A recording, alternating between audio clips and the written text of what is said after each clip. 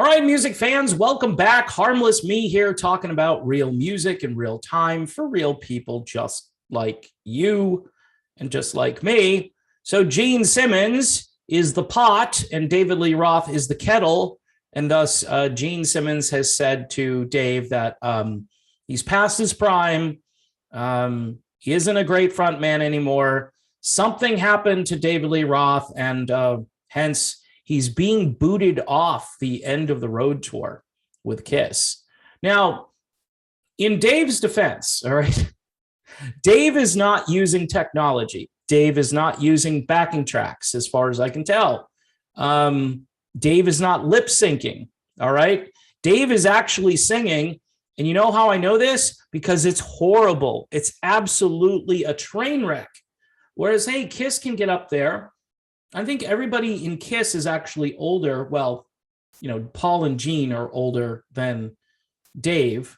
So it's a little ironic. And again, Gene Simmons starring here as the pot and David Lee Roth as the kettle, and calling, you know, the kettle black here it's just really ironic. But look, Simmons, in his roundabout way, is saying, look, Dave doesn't really care about putting on a great show like we do.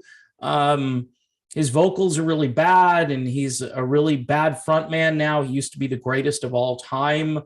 And I don't know if he was the greatest of all time, but he was certainly good enough to make up for some of his shortcomings as a vocalist. Even Ted Templeman wasn't sure when he produced that first Van Halen record if Dave was the right man for the job. Believe it or not, at one point they were actually considering Sammy Hagar even before Van Halen began. Like, maybe we can get rid of this guy Roth and bring in Hagar. And speaking of Hagar, obviously he's had some harsh words for David Lee Roth recently, basically saying the guy just can't sing anymore. And nobody is denying that. But I do find it a little bit ironic that Kiss, a band that's pretty much now driven by backing tracks and technology and pyrotechnics and special effects, is all that concerned about David Lee Roth. I mean, to have Roth there at this point, I think it's more of like, okay, here's the freak show before the actual show. And there's that car wreck mentality that people have. They want to look and see, how bad is this car wreck going to be? I mean, Gene's trying to make it sound like, well, we're all about excellence here at Kiss, and we don't approve of how bad David Lee Roth is. Used to be a great frontman, but no longer. So we're going to have the painter or the sculptor. Seriously, they have like a painter opening up for Kiss. Like, that's what we do before the Kiss concert, because people who want to see things blow up like to see guys painting prior to that. I mean, it's a cultural experience. You're getting the soup to nuts. You're getting the painting to the pyrotechnics. You know, it's wonderful. So definitely spend exorbitant amounts of money to see Kiss.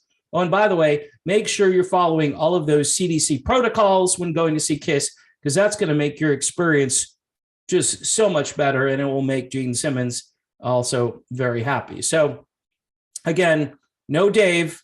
Dave has hit the end of the road with Kiss, which, again, a little bit ironic and silly, because a lot of these artists, and I covered this in a video, are asking people to plunk down large sums of money for a really lousy concert. I mean, if you can't bring it anymore, it's time to close down the shop. And Kiss, I guess, is doing that, at least with Paul and Gene, but I'm sure the Kiss brand will continue. Dave, on the other hand, I don't think he really cares. Like Sammy Hagar says, I don't think he cares about how bad he sounds or how weird he looks. I don't know. I guess if you're, you know, signing contracts and making some money, you know, who cares about what the finished product looks like, as long as people keep showing up. And apparently people keep showing up, at least enough people to make some money for Dave. But Dave now has to find another tour to latch onto or start his own.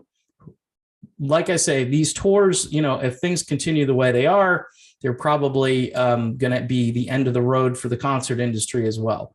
So there you have it.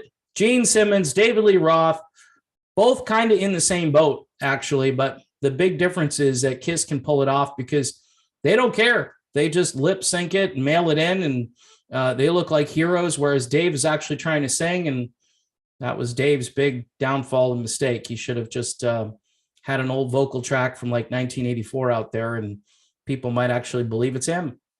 All right. I'm done. See you soon, everybody. Thanks for supporting the channel.